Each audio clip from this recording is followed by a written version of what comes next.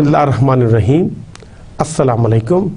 Welcome to the lecture number 16 of the course Data Structures. My name is Dr. Iftikhar Azim Niaz. My dear students, मुझे कभी उम्मीद है कि आप लोगों को जो टॉपिक्स मैं डिस्कस कर रहा हूँ उनको समझने में और उनकी प्रैक्टिस करने में कोई मुश्किल पेश नहीं आ रही होगी। डाटा स्ट्रक्चर्स का कोर्स ऐसा है कि जब तक आप इसकी प्रैक्टिस, प्रोग्रामिंग प्रैक्टिस नहीं करेंगे, इम्प्लीमेंटेशन नहीं करेंगे, इसको आपको हल करने में, इसको समझने में प्रॉब्लम आएगी। जितनी ज़्यादा आप प्रोग्रामिंग के अंदर प्रैक्टिस करेंगे, इसको इम्प्लीमेंट करेंगे, जो एल्गोरिदम्स, क्योंकि मेरा फोकस ज़्यादा एल्गोरिदम्स पर है और उनकी टेक्निकलिटीज़ पर है, तो आप इसको इम्प्लीमेंट ज़रूर करें। और जो टेक्निक्स मैं अभी बात कर रहा हूँ वो part of a bigger program होती हैं, तो इसलिए उनको समझना और उनको जब तक आप प्रैक्टिस नहीं करेंगे तो वो आपको समझ में नहीं आएंगी। When you go for a project and for bigger programs, then you will find problem. तो आज का लेक्चर स्टार्ट करते हैं। हस्बे आदत हम सबसे पहले डिस्कस करेंगे कि what we have discussed in the last lecture. तो लास्ट लेक्चर में हमने इस बबल सॉर्ट तो कर ली थी उससे एक लेक्चर पहले में। तो लास्ट टाइम हमने उसकी कॉम्प्लेक्सिटी को जो है वो ज़रा देखा था। तो हमने उसमें आपको जो है उसके देखा था कि आपको अर्लियर लेक्चर्स में मैंने कॉम्प्लेक्सिटी एनालिसिस, जिसमें बिग ओ नोटेशन के हवाले से काफ़ी डिटेल से मैंने बताया था। तो इसमें जो है जो बबल सॉर्ट की जो थी कि उसमें जो बेस्ट केस परफॉर्मेंस आ रही थी वो थी to the order of n, और उसमें जो एवरेज केस परफॉर्मेंस थी वो n स्क्वायर थी। And the worst case performance जिसमें हमारा ज़्यादा होता है कि क्या वर्स्ट केस सिनारियो होगा और उसमें सबसे बुरी परफॉर्मेंस क्या हो सकती है, तो बबल सॉर्ट के केस में वो भी n स्क्वायर थी। और इसको हमने स्पेस की कॉम्प्लेक्सिटी हवाले की दी थी, क्योंकि इसमें हम ये इन प्लेस सॉर्टिंग एल्गोरिदम है, एक्स्ट्रा मेमोरी इस्तेमाल नहीं करते हम, तो इसलिए उसका जो स्पेस कॉम्प्लेक्सिटी ऑक्सिलरी के हवाले से जो थी वो कांस्टेंट थी, that is O big O to the order of 1। And इसमें जो है n was the number of elements. तो इसमें बेसिकली चूँकि इसकी एवरेज और worst case complexity big O to the order of n square है, so it is rarely use to sort large unordered data sets. ये छोटी बबल सॉर्ट जो है वो छोटी उसके लिए तो बेहतर है, मगर जब आपकी डेटा सेट्स बड़े हो जाए, मीन्स थाउजेंड्स में चले जाएं, तो फिर ये एफिशिएंट नहीं है, उसमें फिर काफ़ी प्रॉब्लम्स आते हैं। It can be used to sort a small number of items where its asymptotic inefficiency is not a high penalty. और हमने ये भी देखा था कि it can also be used efficiently on a list of any length that is nearly sorted। खास तौर पर जो nearly sorted हो, मीन्स कि उसमें एक या दो एलिमेंट्स ऐसे हों जिनकी पोजीशन चेंज करनी हो, तो फिर ये है उसके लिए ये काफ़ी इफेक्टिव है। Bubble sorts exchange will get them in order on the first pass. The second pass will find all the elements in order. So the sort will take only two n time, means के दो दफ़ा जो होगा तो दो दफ़ा elements को आपको एक्सेस करना पड़ेगा, विजिट करना पड़ेगा। तो इसकी जो इस केस में जो नियरली सॉर्टेड हो वो 2 into n आ जाती है। तो इसमें जो ओनली जो सिग्निफिकेंट एडवांटेज है that the bubble sort has over most other implementations, even quick sort, but not the insertion sort। तो उसमें हमने ये देखा था कि it's the ability to detect and the list is sorted is efficiently built into the program। The performance of bubble sort over an already sorted list, जो best case है, वो हमने देखा है कि big O to the power to the order of n है। तो इसके by contrast इसके अलावा जो दूसरे algorithms हैं, even those with better average case complexity, they perform their entire sorting process on the set and thus they are more complex। However, not only does the insertion sort का भी mechanism इसी तरह का है, but it also performs better on a list that is substantially sorted, तो having a small number of inversions जिसमें हो। तो फिर उसके अलावा हमने जो लास्ट लेक्चर में सबसे ज़्यादा डिस्कशन की थी वो सिलेक्शन सॉर्ट पे हमने जो सेकंड था उसका कॉन्सेप्ट, इसके एल्गोरिदम पे बात की थी। उसका जो कॉन्सेप्ट है सिलेक्शन सॉर्ट का, तो सिलेक्शन सॉर्ट भी इन प्लेस जो है वो कंपैरिजन सॉर्ट है, क्योंकि इन प्लेस है, एक्स्ट्रा मेमोरी नहीं इस्तेमाल की जाती और कंपैरिजन करता है, और फिर उसमें जो है सिंपल है ये as compare to bubble sort. और इसकी इट हैज़ परफॉर्मेंस एडवांटेजेस है over more complicated algorithms in certain situations, particularly when your auxiliary memory is limited. और इसमें एल्गोरिदम जो है वो बहुत आसान था कि आप पहले पास में जो आपके पास लिस्ट अवेलेबल है, आप उसमें हम फाइंड करते थे कि which one is the minimum जो उसकी पोजीशन क्या है मिनिमम नंबर की, या मिनिमम आइटम की, या मिनिमम की वैल्यू क्या है, उसकी पोजीशन कहाँ पर है। और वो bye the end of the algorithm जो पहला पास होता है, यू फाइंड द पोजीशन और आप उसको नंबर 1 एलिमेंट के साथ स्वैप कर देते हैं। इसी तरह फिर नेक्स्ट में आप नंबर 2 से शुरू करते हैं and you go up to n, और फिर आप जो है वो उसमें से भी मिनिमम फाइंड करते हैं और उसके बाद हम कंपैरिजन करते हैं, you find the minimum and at the end second पास में जो है वो आप उसको स्वैप करते हैं। तो इसमें जो है हर पास में आपकी कंपैरिजन्स तो पहले पास में n होती हैं, दूसरे में n-1 हो जाती हैं, इस तरह कम होती जाती हैं, बट ये जो है स्वैपिंग जो है वो एट द एंड होती है, इसलिए नंबर ऑफ स्वैप्स जो है as compare to bubble sort इसमें कम है। It does no more than n swaps, and thus is useful where swapping is very expensive. And after the first pass, the array is sorted and the part is unsorted. तो basically जैसे ही पहला पास मुकम्मल होता है, तो चूंकि आपका जब आप स्वैपिंग करते हैं तो पहली पोजीशन चूंकि सॉर्टेड हो जाती है, तो फिर हम कहते हैं कि अब आपका जो एरे है वो 2 पोर्शंस में डिवाइड हो गया है, यानी कि पहला पोर्शन जो है वो अभी छोटा है, that is the sorted array, and the rest is the unsorted array. और आप क्या करते हैं कि अनसॉर्टेड एरे में से जो मिनिमम एलिमेंट है उसको फिर जो है उसके आगे डालते जाते हैं। तो आपका आहिस्ता आहिस्ता क्या होता है कि हर पास में जो है आपका सॉर्टेड एरे का साइज़ बढ़ना शुरू हो जाता है और अनसॉर्टेड एरे का साइज़ घटना शुरू हो जाता है उस वक्त तक कि जब तक ये आपका पूरा जो है कम्प्लीटली आपका जो है वो अनसॉर्टेड एरे ख़त्म ना हो जाए। And the sorted side has the smallest number arrange from the small to large, उसमें हम देखते हैं and we can stop when the sorted side has just unsorted side has just 1 number, since that number must be the largest number. तो हम कहते हैं कि array is now sorted. तो basically we repeatedly select the smallest number and move this element to the front of the unsorted side, उसको हम front पे move कर देते हैं। इसका एल्गोरिथम फिर हमने देखा कि हमने कहा था कि इनपुट होगी an array way elements 1 to n और आउटपुट होगी array 1 to n sorted in the descending order. और उसमें हमने वो एल्गोरिथम में देखा था कि फॉर i 1 to n-1 आप i की वैल्यू दे देते हैं मिनिमम को, and from j I plus 1 to n find you have to in this for loop we find this nth ith smallest element, and उसके बाद हम उसको swap कर लेते हैं। a of min जो है वो हम f j में दे देते हैं, एंड उसमें जो है बेसिकली j की जो पोजीशन है और at the end of the loop अगर हम देखते हैं कि min और i बराबर नहीं है तो हम स्वैपिंग कर देते हैं। इसी का फिर हमने कोड भी देखा था which was not very difficult, same इसी की इम्प्लीमेंटेशन थी। फिर हमने बात की थी इसकी कम्प्लेक्सिटी की। ये भी चूंकि हमने स्टार्ट में कहा है कि ये it's an in place comparison sort है, तो इसकी भी जो कम्प्लेक्सिटी थी बेस्ट केस में भी वो n² है, making it inefficient on large list and generally performs worse than the similar insertion sort. ये उसके ज़्यादा बुरी परफॉर्मेंस करती है। And it is not difficult to analyse compare to other sorting algorithm since none of the loops depend on the data in the array, क्योंकि कोई भी इसमें जो है लूप जो है वो डेटा इन द एरे पे डिपेंडेंट नहीं है।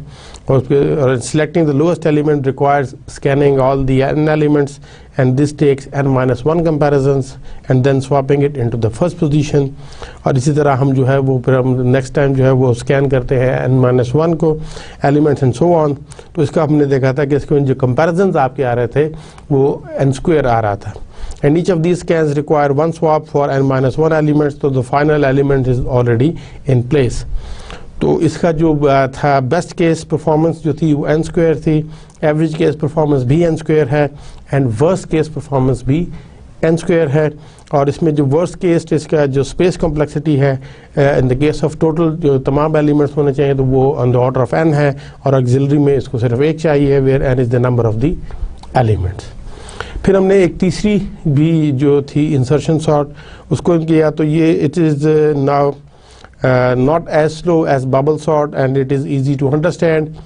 एंड इंसर्शन जो है it keeps make the left side of the array sorted until the whole array, ये भी उसी तरह डिवाइड करता है इंसर्शन की तरह कि एक आपका जो है left side of the array जो है वो आपकी अनसॉर्टेड होती है, और जो right side of the array है जो लेफ्ट साइड है वो सॉर्टेड हो जाती है, और जो राइट साइड वाली एरे सब एरे बनती है वो अनसॉर्टेड है, और आप उसको करते रहते हैं। इसका तरीकाकार ये है कि आप उसमें से एलिमेंट्स को निकालते हैं और उसको उसकी प्रॉपर पोजीशन पर सॉर्टेड एरे में इंसर्ट करते जाते हैं। जब आपने इंसर्शन करनी होती है तो आपको शिफ्टिंग करनी पड़ती है, और शिफ्टिंग करके उसकी पोजीशन बना के और उसमें हम उसको एलिमेंट को प्लेस करते हैं। इसकी हमने रियल लाइफ एग्जांपल्स भी हमने देखी थी कि जैसे अब हमने कहा था कि अगर आप ताश खेल रहे हो तो ताश में जब आप पत्ते अरेंज करते हैं तो जब आपको एक शुरू में डीलिंग की जाती है, चंद एक पत्ते दे दिए जाते हैं, और उसके बाद जो अनसॉर्टेड ताश की जो डेक होती है कार्ड्स की वो आपके सामने पड़ी होती है। You pick up a card, और आप क्या करते हैं कि बेसिकली उसको कलर और उसके नंबर के हवाले से आप अपने हैंड में जो है उसको इंसर्ट कर देते हैं। तो this is the same way how insertion sort works. इसका जो कॉन्सेप्ट था कि it views the array having two sides, a sorted side and an unsorted side. The sorted side starts with just the first element, which is not necessarily the smallest element. The sorted side grows by taking the front element from the, आप हमेशा unsorted side से जो पहला element है उसको लेते हैं और उसको sorted array में उसकी जो proper position है, अगर पहली दफ़ा में हम एज्यूम कर रहे हैं कि पहला, तो जब हम पहला एलिमेंट दूसरा उठाते हैं तो वो या तो पहले एलिमेंट से पहले होगा या उसके बाद में इंसर्ट होगा, तो हम देखते हैं कि जहाँ पर उसकी प्लेस बनती है वहाँ पर हम उसको इंसर्ट कर देते हैं। And that keeps the sorted side arranged from small to large. और इसका भी हमने जो है वो देखा था एल्गोरिदम, वो ये था कि इनपुट हमने उसी तरह ले रहे थे कि एक एरे है from 1 to n of elements, and output जो है वो n to n है sorted in a non decreasing order. तो इसमें हमने कहा था कि फॉर i 2 to n तो हम क्या करेंगे कि a ऑफ i को जो है सब आप ले जाएंगे x में, और हम सेकेंड लूप चलाएंगे कि j from i minus 1 while j is greater than 0 and a of j is greater than x, तो हम क्या करेंगे कि a of j को j plus 1 में डाल देंगे, और j के अंदर हम एक कम कर देंगे, j minus 1 कर देंगे, और bye the end of the while loop जो है हम क्या करेंगे कि x की वैल्यू को j plus 1 में इंसर्ट कर देंगे, एंड दैट्स ऑल। तो ai is inserted in its proper position in the ith iteration in the sorted array।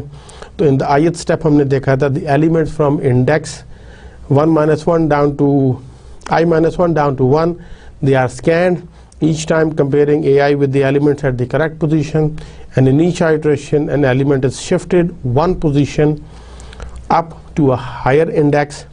The process of comparison and shifting continues जब तक कि either an element is less than a of I is found or when all the sorted sequence so far is scanned। तो इसमें जो है जो AI को है is inserted in its proper position. फिर हमने उसका कोड भी उसके सिंपल था, इसी एल्गोरिदम की बेस पर हमने इसको सी लैंग्वेज में आपको मैंने कोड भी बताया कि जिसमें आपने उसको इम्प्लीमेंट कर सकते हैं, और इन दी एंड हमने उसकी कम्प्लेक्सिटी को भी एक नज़र देखा था।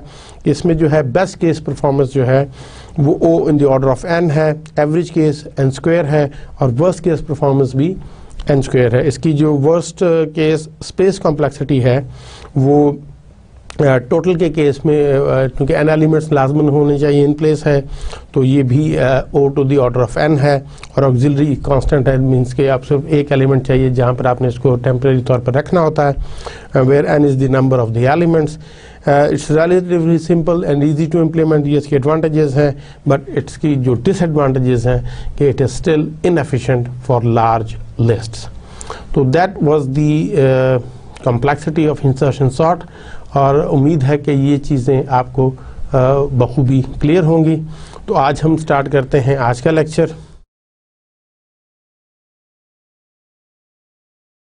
आज बेसिकली हम सबसे पहले जो है सारा ज़्यादा पोर्शन ऑफ हमारे लेक्चर का जो है कि हम इन्हीं सॉर्टिंग मेथड का आपस में कंपैरिजंस करेंगे, बबल सिलेक्शन एंड इंसर्शन का, और इनकी जो कॉम्प्लेक्सिटी एनालिसिस है उसको मैथमेटिकल पॉइंट ऑफ व्यू से ज़रा डिटेल्स में देखेंगे।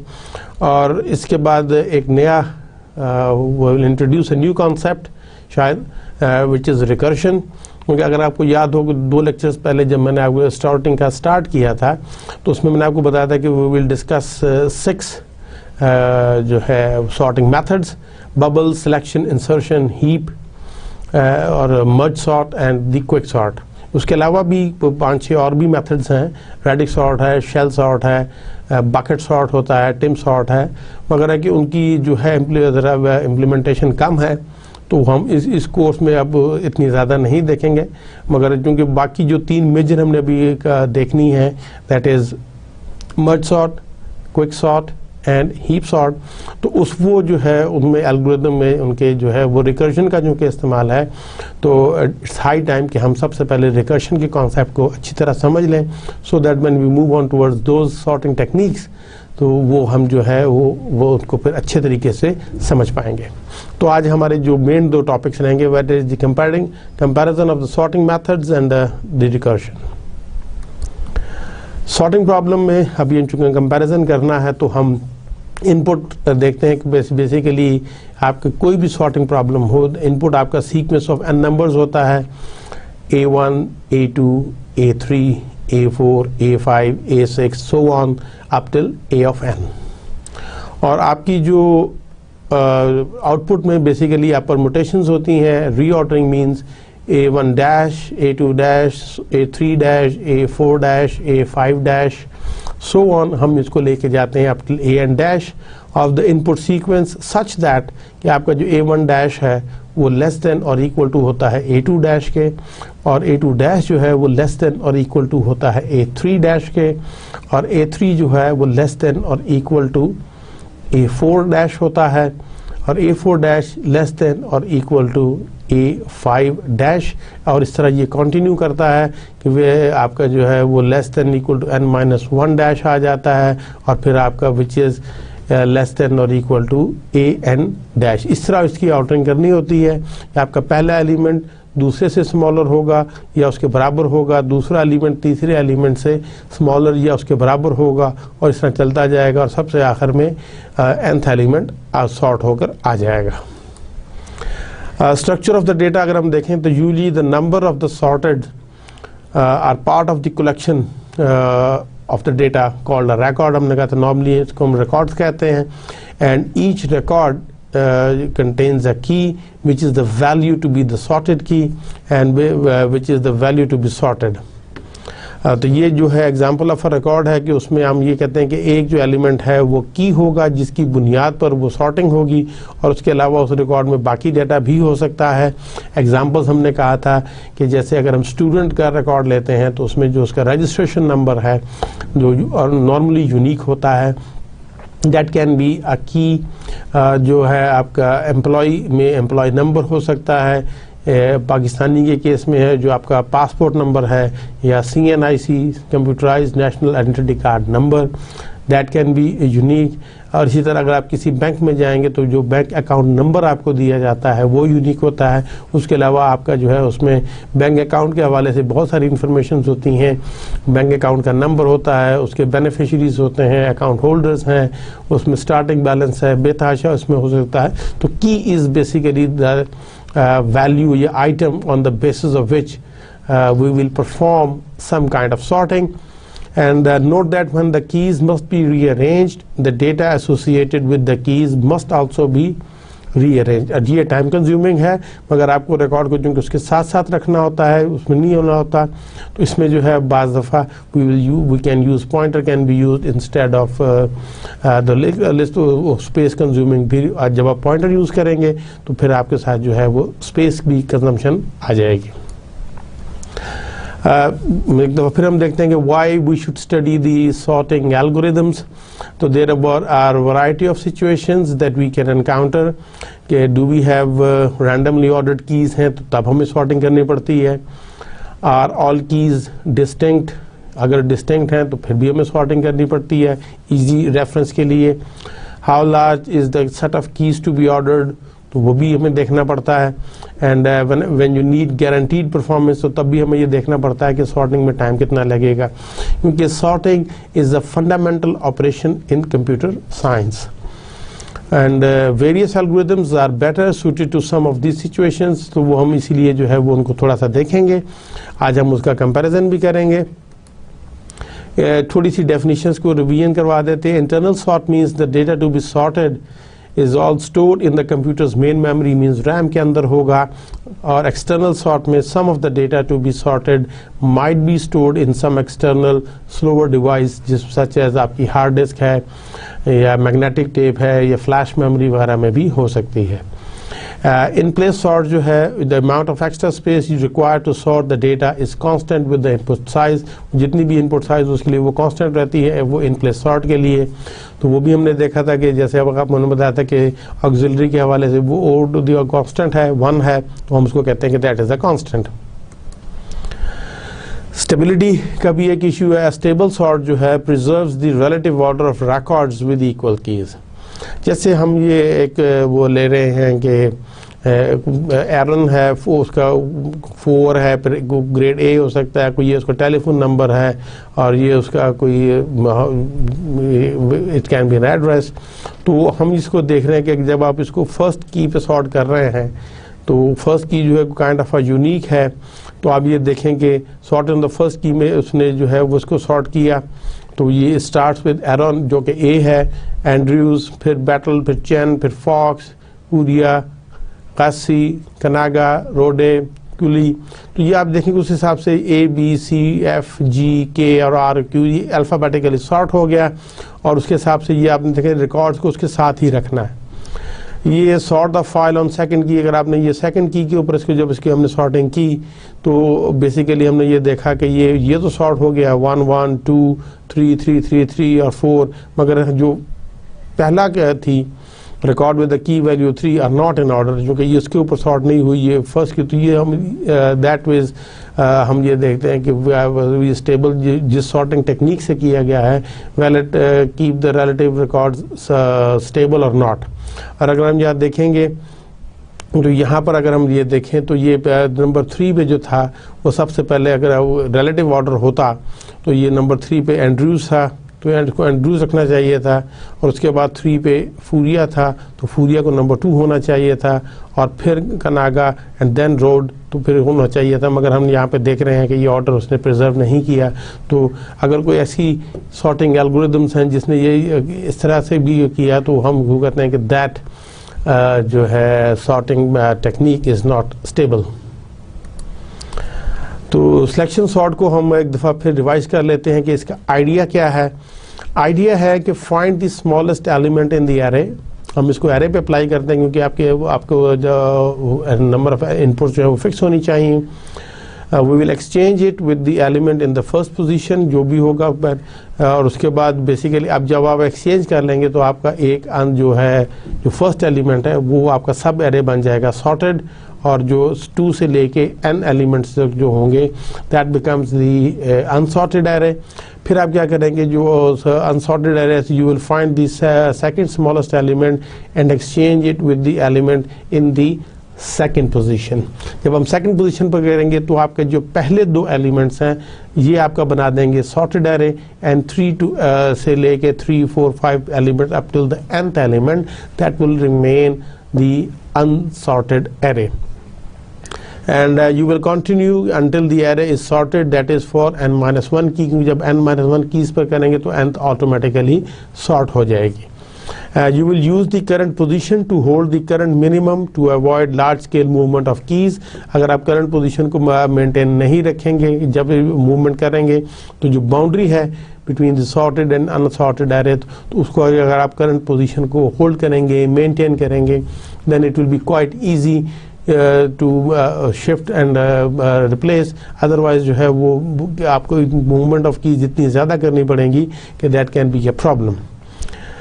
बेसिकली इसका जो disadvantage of the selection sort is the running time depends only slightly on the amount of order in the file, कि वो जो रनिंग टाइम है वो amount of order in the file जो है उस पर बहुत कम तरीके से डिपेंड कर रहा है।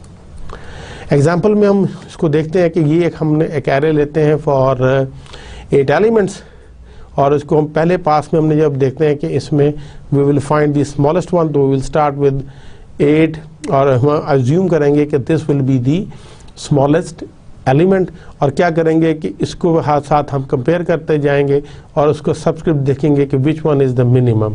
तो एंड पर क्या होंगे हम लोकेट होगा कि 1 इज़ दी जो बेसिकली जो 8th है पोजीशन पर जो एलिमेंट है दैट इज़ द मिनिमम। तो अब हम जो है स्कैनिंग के बाद अब इसकी स्वैपिंग करेंगे और जो है वो 1 जो है वो इधर आ जाएगा और 8 उसकी जगह पे चला जाएगा, यहाँ पर स्वैपिंग हो जाएगी। The remain elements will remain in this position. और अब आप यहाँ से देखेंगे तो अब आपका एरे जो है एट फ्रॉम दिस पॉइंट ये जो है सब एरेज बन गए।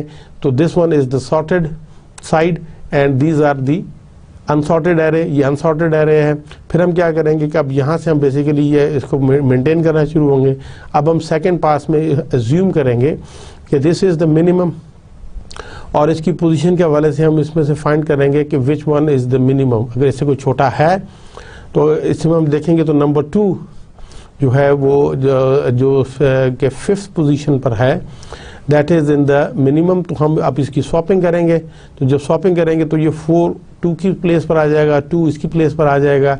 तो अब आप ये देखें कि आपका जो sorted side of this sub array है that has been started increasing और जो अनसॉर्टेड साइड है वो अब डिक्रीज होना शुरू हो गई है। अब हम थर्ड एलिमेंट को लेंगे और उसको कंसिडर करेंगे कि विच इज़ द मिनिमम और उसको कंपैरिजन करेंगे बाकियों के साथ और बीच में हम फाइंड करते जाएंगे कि which is the minimum position.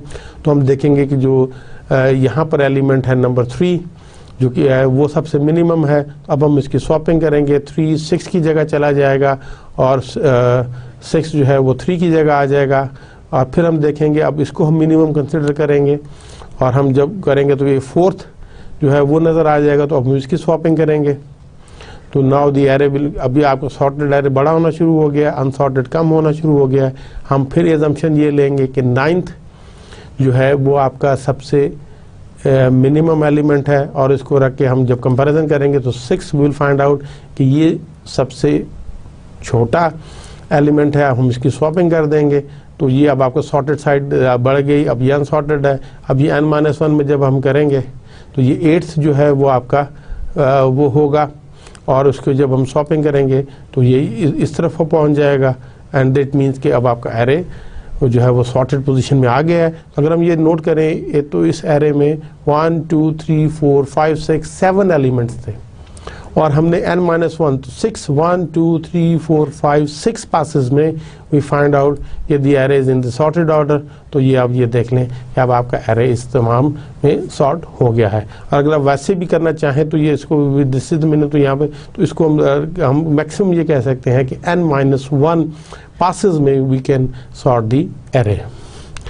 इसी के एल्गोरिदम अगर हम थोड़ा सा देखें तो हमके बेसिकली क्या है कि एल्गोरिदम में क्या है कि लेंथ ऑफ ए उसको हम n में मूव कर रहे हैं और पहला जो हमारा लूप है फॉर j1 to n-1 तो उसमें हम क्या करेंगे कि हम j को जो है वो स्मॉलेस्ट कंसिडर करेंगे एंड फॉर i को हम कह रहे हैं j+1 to n उसको नेक्स्ट से लेके n तक चलाएंगे और हम ये देखेंगे कि अब यहाँ पे जो है इससे कंपैरिजन करेंगे कि क्या जो है वो उससे कम है। अगर कम है तो नाउ जो i की जो भी सब्सक्रिप्ट वैल्यू है that will be the smallest we consider. और जब by the end of the loop तो हम ये देखेंगे कि जैसे इस केस में था कि 1 will be the smallest means कि यहाँ पर अब उसके बाद हम क्या होगा कि when we exit this loop पहला पास ये आपका उसके लिए है to finding the ith element which should be the minimum और उसके बाद हम उसको वंस एक्सचेंज करेंगे in the outer for loop.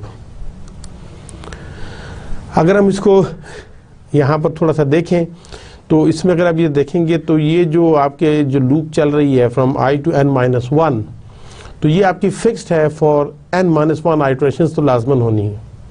और यहाँ भी जो आप चल रहे हैं from j+1 to n these are also fixed n-i iterations होंगी to find the smallest element.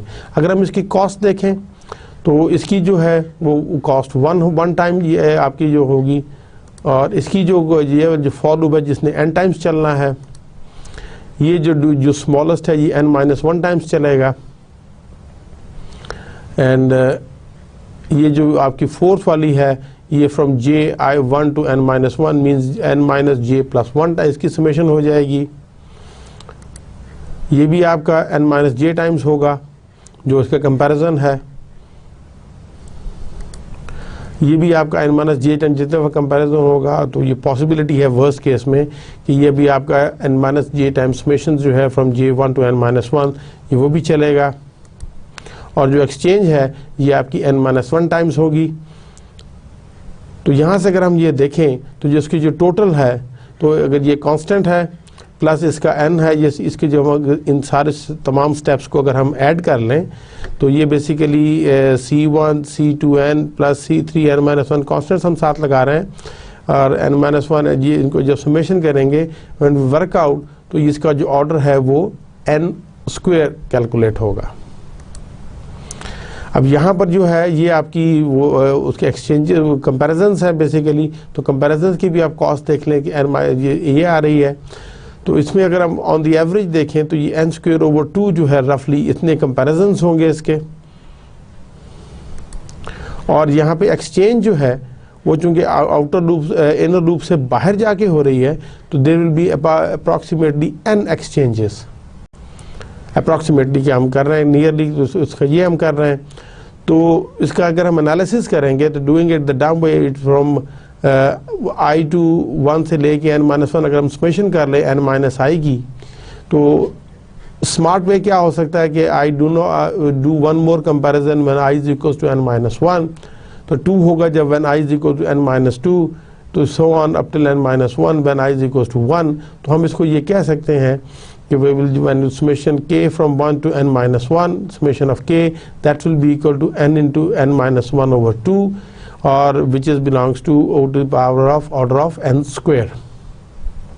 तो यहाँ पर हम ये देखेंगे इसके n स्क्वायर, चूँकि हमने कहा था ना कि जो लार्जेस्ट कोएफिशिएंट होगा जो पावर वाला होगा हम उसको यूज़ करेंगे। तो इसलिए हमने इसकी जब ये देखा तो जो कॉम्प्लेक्सिटी है सिलेक्शन सॉर्ट की, वो चाहे वर्स्ट केस है या बेस्ट केस है या एवरेज केस है, वो n स्क्वायर ही है। और इसकी जो वर्स्ट केस स्पेस कॉम्प्लेक्सिटी है, टोटल आपको जितने आपके इनपुट नंबर ऑफ एलिमेंट्स हैं वो चूँकि आपको मेमोरी में ऑल द टाइम चाहिए, तो इसकी जो टोटल वो है दैट विल बी ऑक्सिलरी, जो है वो टोटल जो है ऑर्डर ऑफ n ही होगा। और इसकी worst case space complexity auxiliary की वजह से जो एक्स्ट्रा आपको चाहिए होती है, चूँकि आप मिनिमम के अंदर पोजीशन स्टोर कर रहे हैं तो यू नीड कांस्टेंट, तो आपको उसमें वो चाहे n एलिमेंट्स वो चाहे 100 हो या 1000 हो या 2000 हो, यू नीड ओनली 1।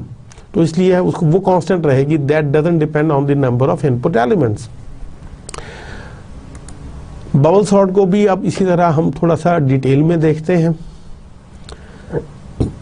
हम इसमें ये देख रहे हैं कि we will search for adjacent pairs that are out of order, और हम जब कंपैरिजन करेंगे उसके साथ ही हम देख लेंगे कि अगर आउट ऑफ ऑर्डर है तो हम स्वैप उसी वक्त कर देंगे। We will switch the out of order keys and we will repeat this for n-1 times। क्योंकि आप कंपैरिजन नेक्स्ट वाले से कर रहे हैं इसलिए आपको n टाइम्स करने की जरूरत नहीं है, n-1 में करेंगे तो n ऑटोमेटिकली वो सॉर्ट हो जाएगा।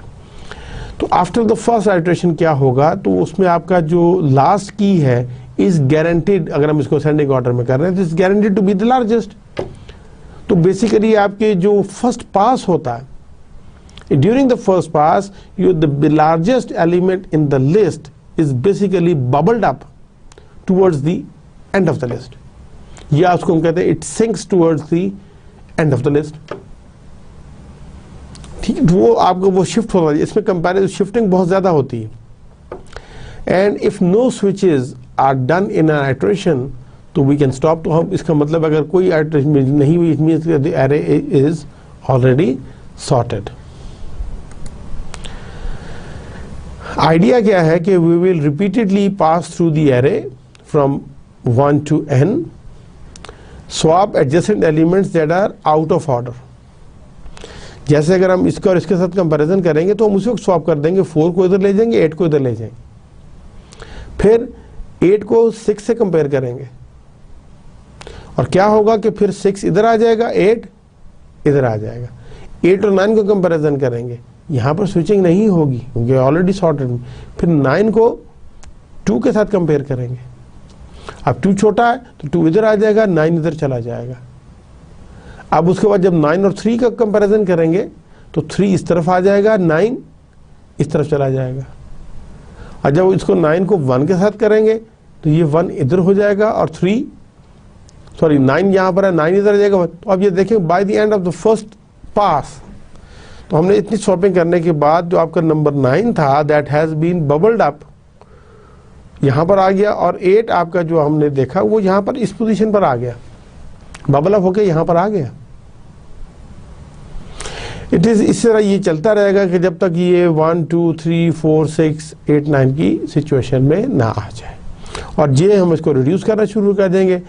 Bubble sort is easier to implement but slower than insertion sort. Example को हम उसी तरह 1 बाय 1 देखते हैं कि यहाँ पर आई आपका 1 है और आपको जे हम इसको कम करना शुरू होंगे तो बेसिकली क्या होगा कि आपका ये इधर से स्वैप हुआ, इससे कंपैरिजन किया तो ये इधर आ गया, बाकी उसी तरह रहा। फिर जब इसको कंपैरिजन हुआ तो 1 इधर आ गया। ये हम बेसिकली बजाय इसको जो है वो डिसेंडिंग ऑर्डर के हम इसको यहाँ से शुरू कर रहे हैं। अब इसमें हम मिनिमम एलिमेंट को खींच के इधर ले आएंगे, और जे जो है और बेसिकली हम इसको डाउनवर्ड चूँकि चेक करें तो वो हम बबल करके हम इसको इस तरफ लेके आ रहे हैं। चाहे आप इधर से लार्जेस्ट को उधर ले जाए या वहाँ से स्मॉलेस्ट को इधर ले आए, it remains the same, the technique remains the same. Basically bubbling आप करके हम एट दी एंड हमने करना है। तो अब ये देखिए 1 इधर आ जाएगा, 9 इधर चला जाएगा, फिर 1 इसकी और इसकी स्वैपिंग होगी तो 1 इधर आ जाएगा, 6 इधर आएगा, बाकी रिलेटिव ऑर्डर उसी तरह चल रहा है। नेक्स्ट टाइम हम करेंगे तो अब आपका जे 4 के साथ हुआ तो ये हो गया, और जब हम इस स्टेज पर पहुंचेंगे तो आप ये देखेंगे कि आई जो है पहले पास में when I is equal to 1 तो आपका 1 जो है वो एरे की पहली पोजीशन पर बबल अप होकर पहुंच गया। अब I2 है, ये सॉर्टेड है, अब हमने इसको सॉर्ट करना है। वो हम फिर यहाँ जे से स्टार्ट करेंगे। अब 3 को देखेंगे, क्या 3 जो है वो इससे छोटा है, नहीं है, स्वैपिंग नहीं होगी। और जब इस तरह करेंगे तो जब ये पास ख़त्म होगा तो आप देखेंगे कि 2 जो है वो बबल अप होके इधर आ जाएगा, और 8 4 6 इधर चले गए, 9 2 3 इस तरह। नाउ आई देखो हम इसको सॉर्ट करना है। अब ये हमारा फिर ये है, हम वहाँ से शुरू करेंगे और आप देखेंगे कि ये 3 जो है वो यहाँ पर आ गया है, और 8 4 6 और 9 इस पोजीशन पर चले गए। तो आपका ये भी जो है half part is the sorted array and the other half is the unsorted array. फिर हम क्या करेंगे कि यहाँ से अब आप ये देखेंगे हमने यहाँ से शुरू किया तो जब यहाँ से था तो 4th की पोजीशन पर तो ये आप 4 इधर आ गया, 8 उधर चला गया, 8 6 9। उसके बाद हमने जब A6 किया तो 6 इधर आ गया, 8 और 9 इधर चले गए, और जब हमने इसको देखा I = 7 जे के बराबर हो गया, तो आप ये देखेंगे the array is now in the sorted order. तो यहाँ से हम देखेंगे ये हमने वो आपको वो एल्गोरिथम उसमें बेसिकली एक एग्जांपल के लिए बताया कि रादर देन कि हम इसको इस साइड से सॉर्टिंग करना शुरू हो और यहाँ तक जाए, हम इसको यहाँ से सॉर्टिंग शुरू की और बैकआउट तो ये इट रिमेन्स द सेम। अब अगर इसको एल्गोरिथम अगर हम ये देखें तो फ्रॉम इसी टेक्निक के वाले से for I 1 to length of I do for J length of I down to I+1। तो हमने क्या करना है कि if A of J is less than A of J -1 तो हम उसी वक्त उसको एक्सचेंज कर देंगे। अब अगर हम इसका थोड़ा सा ज़रा वो ये देखें तो बबल सॉर्ट का, तो इसमें वर्स्ट केस में n-1 इटरेशंस है, ये होनी है, एंड ये भी डाउन टू ये n-i, ये भी फिक्स्ड है n-i iterations. This will B C1, ये C2 है, ये C3 है, and this will B C4। तो ये जो है C1 that will B n+1, और C2 जो है ये n- summation of 1 to n-i+1। C3 जो है ये भी n-i पे चलेगा, और C4 जो है ये भी n-i पे समेशन चलेगी। अब आप इसको बेसिकली ये देख लें तो ये जो है n+1 that will B order of n हो जाएगा। C2 + C3 + C4 जब इसके साथ चलेंगे तो ये n-i समेशन इनकी चली जाएगी, और where n-i is equal to n² करेंगे। अब हम तीनों को जब इसका शुरू करेंगे समेशन, तो I to n- summation of I, और इसको हम जब करेंगे तो ये n² minus n into n+1/2 which is n²/2 minus n/2। तो अगर आप इसको हम जब कंबाइन भी करेंगे तो ये इसका जो है वो उसी तरह ही आ जाएगा। तो इसका जगह जो कॉम्प्लेक्सिटी होगी, क्योंकि हम जो कॉन्स्टेंट्स हैं और जो लोअर ऑर्डर को निकाल के, तो इसकी वर्स्ट केस में भी जो कॉम्प्लेक्सिटी है वो n स्क्वायर है। अब ये अगर आप ये देखें तो ये वाली जो कंपैरिजंस हैं, यहाँ पर आपकी कंपैरिजंस के हवाले से चेक करेंगे तो इसकी अगर आप ये देखें comparison will be n square over 2। इसके भी कंपैरिजन सिलेक्शन सॉर्ट की तरह जो है वो n स्क्वायर ओवर 2 ही आ रहे हैं। और इसकी जो एक्सचेंजेस हैं वहाँ पर उसके केस में हमने वो देखा था कि वो रफली n थी, जबकि यहाँ पर एक्सचेंजेस भी चूँकि लाजमन आपने उसमें साथ देखनी है, तो जो फर्स्ट केस सिनारियो है उसमें नंबर ऑफ एक्सचेंजेस भी रफली n स्क्वायर ओवर 2 आएंगी। तो अगर हम इसको उसमें थोड़ा सा देखना करें कि being smart right from the beginning, तो अगर हम उसको वहीं से भी करना शुरू करेंगे तो उसकी जो समेशन आई की अगर हम करेंगे from i to 1 to n-1, तो ये आपकी n into n-1 over 2 आएगी, which is n square minus n over 2। तो चूँकि n square is the highest order term है, तो इसका जो बिग O है वो भी कॉम्प्लेक्सिटी वर्स्ट केस में n स्क्वायर ही आएगी। तो अगर हम इसका थोड़ा सा देखें तो बेस्ट परफॉर्मेंस जो है बबल सॉर्ट में, कि जैसे कि हमने कहा कि आपकी लिस्ट नियरली सॉर्ट होगी, उसके केस में ये ऑर्डर ऑफ n होगी। अदरवाइज वर्स्ट केस में भी n स्क्वायर है और एवरेज केस में भी ये n स्क्वायर ही रहेगी। और इसकी जो वर्स्ट टाइम स्पेस कॉम्प्लेक्सिटी है ऑक्सिलरी, वो भी आपको एक ही जो चाहिए होगा, तो वो ऑर्डर ऑफ कांस्टेंट है, where n is the number of elements being sorted. तो उम्मीद है कि अब आपको बबल सॉर्ट को भी समझने में कोई चंदा मुश्किल पेश नहीं आई होगी।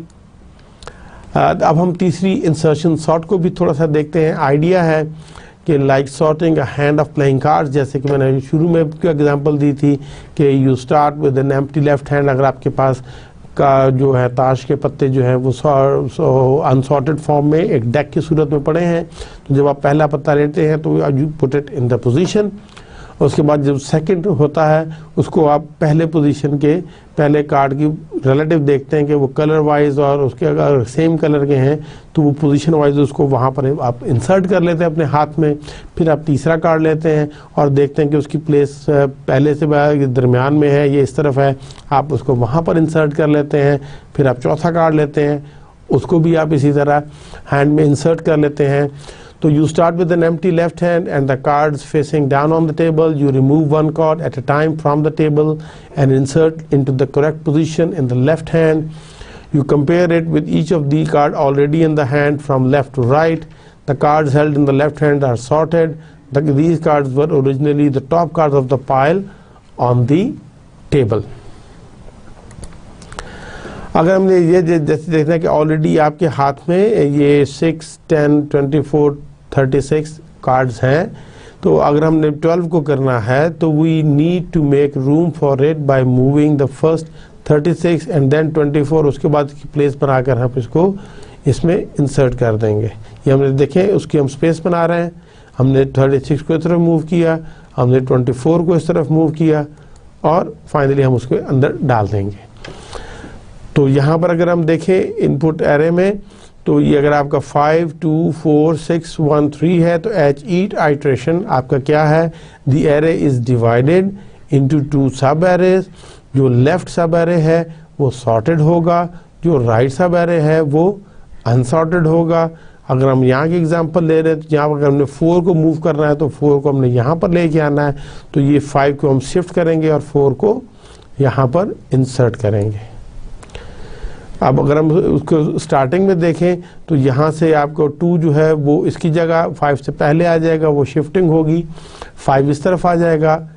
उसके बाद हमने 4 को करना है, 4 पहला एलिमेंट है इस साइड का, अनसॉर्टेड है साइड का, हम 4 को लेंगे और उसकी पोजीशन बनाएंगे, 5 को शिफ्ट करेंगे, 5 से पहले उसकी पोजीशन बनती है वहाँ पर डालेंगे। उसके बाद आप देखेंगे कि नेक्स्ट एलिमेंट 6 है, अब ये ऑलरेडी सॉर्टेड है तो उसकी पोजीशन आपकी 5 के बाद बनती है, तो हम इसको इधर शिफ्ट करेंगे और 6 को उसकी पोजीशन पर ले आएंगे। अब 1 है, 1 को हमने सॉर्टेड साइड पर डालना है, तो हम इसको सिलेक्ट करके टेम्परेरी तौर पर कहीं उधर ले जाएंगे। हम पहले 6 को इधर लेके आएंगे, 5 को इधर लेके आएंगे, 4 को इधर लेके आएंगे, 2 को इधर लेके आएंगे और फिर 1 को उसकी पोजीशन पर इंसर्ट कर देंगे तो इस तरह आप देखेंगे कि आपकी जो सॉर्टेड साइड है ऑफ द सब एरे वो आहिस्ता आहिस्ता बढ़नी शुरू हो जाएगी और जो अनसॉर्टेड साइड है वो छोटी होनी शुरू हो जाएगी। अब जो थर्ड एलिमेंट है अब हम उसको देखेंगे, तो उसको हमने लेके आना है, तो उसको हम सबसे पहले टेम्परेरी स्टोरेज में रख लेंगे और 6 को यहाँ पर मूव करेंगे, 5 को इसकी पोजीशन से नेक्स्ट पर मूव करेंगे, 4 को उसकी पोजीशन से नेक्स्ट पोजीशन पर मूव करेंगे। अब 3 की पोजीशन बन गई है तो हम टेम्परेरी से उठाएंगे और 3 को उसकी रिक्वायर्ड पोजीशन पर प्लेस कर देंगे। तो अब ये देखेंगे कि हम आपका जो एरे है it is now in the sorted position. वही आपको बताने की कोशिश कर रहे हैं कि एरे में जो है वो बेसिकली ये जे को आप आगे लेके जा रहे हैं, तो ये 5 2 की जगह आ जाएगा और 2 5 की जगह चला जाएगा। फिर आप जब आगे करेंगे जे 3 हो गया, तो अब आप ये देख रहे हैं कि बेसिकली 4 जो 5 जो है वो 4 की जगह जाएगा, 4 5 की जगह आ जाएगा। जब ये उधर है तो ये अपनी जगह पर ही रहेगा। जब इसमें होगा तो अब आपकी ये शिफ्टिंग होगी कि 1 इसकी जगह आना है, तो 6 इधर जाएगा, 5 इधर, 4 इधर, 2 इधर और 1 उसकी इंसर्शन होकर उस पोजीशन पर चला जाएगा। और जब जे आपका इधर 6 पर आएगा तो ये 6 5 4 और 3 अपनी पोजीशन पर चला जाएगा। तो उसके बाद हम ये देखते हैं कि हमारा एरे जो है वो एक सॉर्टेड ऑर्डर में आ गया। द लिस्ट बेसिकली अगर हम ये देखें, the list is assumed to be broken into a sorted portion and then unsorted portion, जो ऐसा कि हम आपको दिखा रहे हैं। जो sorted portion है वो देखेंगे हमेशा sorted होगा और इसमें हमने जो भी की है जिसकी मदद से हमने sorting करनी है हम उसको 1 by 1 उठाएंगे and we will be put it in the sorted जो है portion unsorted से उठाएंगे और उसको sorted portion में उसकी correct position पर हमने रखना है। तो जैसे अगर हमने ये है कि इस एलिमेंट को अगर हमने जब वहाँ से मूव करना है तो ये कैसे मूवमेंट होगी कि वो अपनी जगह से आप उसको उठाएंगे, ये शिफ्टिंग करेंगे, यहाँ पर उसकी वो जगह थी वहाँ से आपने उसको शिफ्ट किया और उसको मूव करके यहाँ पर लाए। अब आप ये देखें कि ये वाला जो अनसॉर्टेड पोर्शन है ये अपनी जगह पर है और ये जो सॉर्टेड पोर्शन है ये ऑल द टाइम सॉर्टेड ही रहेगा। अब इसका एल्गोरिदम है, हम उसको एक नज़र फिर देख लेते हैं कि इंसर्शन सॉर्ट में क्या है कि फॉर जे 2 to n, क्योंकि फर्स्ट एलिमेंट को हम एज्यूम करेंगे कि ये सॉर्टेड है एंड उसमें हम क्या करेंगे कि डू की क्या करेंगे कि ए ऑफ जे को हम की में डाल देंगे, इसको हम की बना देंगे। Insert A of J into the sorted sequence A of 1 to j minus 1, क्योंकि यहाँ पर j यहाँ से स्टार्ट कर रहे हैं 2 से, तो 1 से लेके j minus 1 तक उसके हमने अंदर उसको इंसर्ट करना है। तो हम बेसिकली क्या करेंगे कि j minus 1 को हम कहेंगे i और देखेंगे कि जब तक i ग्रेटर देन 0 है एंड i इज और ए ऑफ आई जो है यानी कि ये वाली जो है इज़ ग्रेटर देन की जो हमने यहाँ पे स्टोर की हुई है, तो हम बेसिकली क्या करेंगे कि उसकी शिफ्टिंग करेंगे, ए ऑफ आई को ए ऑफ आई प्लस 1 में डाल देंगे और आई को जो है आई माइनस 1 एक कम कर देंगे और जब ये लूप ख़त्म होगी तो की जो है वो आपकी आई प्लस 1 पर बेसिकली वो पुट होकर आ जाएगी। तो insertion sorts the element in place. अब जो है आपका जो लूप इनवेरिएंट अगर हम ये देखें तो हमने उस केस में भी देखा था कि फॉर जे 2 to n, तो ये आपका लूप जो है इनवेरिएंट है, मीन्स कि ये इसमें चलना ही चलना है। तो इनवेरिएंट क्या मीन्स कि at the start of the for loop the elements in are in जो है जो j minus 1 है that will be in this sorted order. तो providing loop invariants works like induction. तो इनिशियलाइजेशन जो है वो आपका बेस्ट केस है, it is true prior to the first iteration of the loop. Maintenance जो है वो आपका इंडक्टिव स्टेप है। If it is true before N iteration of the loop it remains true before the next iteration. और जो termination है when the loop terminates the invariant gives us a useful property that helps shows that the algorithm is correct. और यहाँ पर जो है जब हम we will stop the induction and when the loop terminates. तो इस चीज़ को ज़रा समझने के लिए हम थोड़े से एग्जांपल से इसको ज़रा डिटेल में देखते हैं कि इनिशियलाइजेशन से मुराद ये है कि just before the first iteration के जब हम कहते हैं कि j इक्वल्स 2, तो जो सब एरे है which is 1 to j minus 1, basically वो फर्स्ट एलिमेंट है, the element originally in the A1 position, ये ऑलरेडी सॉर्टेड है। मेंटेनेंस क्या है कि जो आपकी जो वाइल इनर लूप है ये आपकी j minus 1, j minus 2, j minus 3 and so on, ये मूव करती जाएगी by one position to the right until the proper position for key which has the value that started out in A of j is found। ये उस वक्त तक हम इसको while ऊपर मूव करते जाएंगे। एट दैट पॉइंट क्या होगा, द वैल्यू ऑफ की is placed into that position, कि हमने जो है वो जब उसको उस पोजीशन पर रखना है, कि जैसे अब जो 2 4 5 था तो हमने 4 को 5 को मूव करना है और 4 को उसकी पोजीशन पर डालना है। और इसी तरह जब हम उतर आएंगे तो वो जो सिर्फ शिफ्टिंग करेंगे वो 6 अपनी जगह पर ही रहेगा। और टर्मिनेशन कहाँ पर होगी, जब आप एंड पर पहुंच जाएंगे। The outer for loop ends when j equals to n plus 1, means j minus 1 कितना हो जाएगा, n हो जाएगा। Replace n with j minus 1 in the loop invariant, तो आपका जो सब एरे है वो a जो है 1 to n consist of the elements originally in 1 to n but now in the sorted order. तो आपका एंटायर एरे जो है वो जो होगा वो सॉर्ट हो चुका होगा। तो invariant at the start of the for loop क्या थे, the elements in 1 to j minus 1 are in sorted order.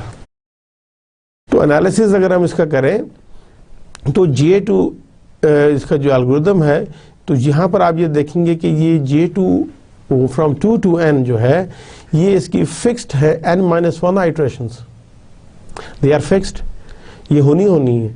और ये जो है अगर आप ये जो इसका जो वाइल लूप जो चलना है इसका, ये इसका वर्स्ट केस में i-1 कंपैरिजंस होने ही होने हैं, i-1 कंपैरिजन लाजमन होंगे। तो अगर हम इसकी कॉस्ट देखें तो जिसने n टाइम चलना है फर्स्ट ने, तो ये C1 की n हो जाएगी, जो C2 है ये n-1 टाइम चलेगा। ये ज़रूरी नहीं है, इसको हम इसलिए वो जो है इसकी कॉस्ट को जो है वो हम ले जाएंगे n-1। ये आपने वर्स्ट केस ना, इसने भी n-1 में, ये जो J2 में इसने भी n-1 चलना है। और यहाँ पर आपका ये जो लूप है ये आपका from j is equal to 2 to n, ये आपका t ऑफ j में आ जाएगा, ये आपका tj-1 में आ जाएगा, and this will B tj-1। और इसने n-1 जो कि ये आउटर में है, वे tj हम ये कह सकते हैं the number of times the while statement is executed eight iteration j। तो इसका अगर हम वो कंपैरिजन करें तो C1n C2 plus C4 n-1 plus C5 summation j equals to 2 to n, और tj की हम करेंगे C6 के साथ, हम J2 to n लेके जाएंगे tj-1 प्लस C7 उसी तरह J2 से n तक tj-1 प्लस C8 से n-1 को करेंगे। तो इसको जब हम कंपैरिजन करेंगे तो ये हम आपका ये already while i is equal to 0, तो ये हम जब देखेंगे एंड i वाज की, तो ये बेस्ट केस एनालिसिस में हो जाएगा। तो वो a of i less than key for the first time the while loop test is run when i is equals to j-1।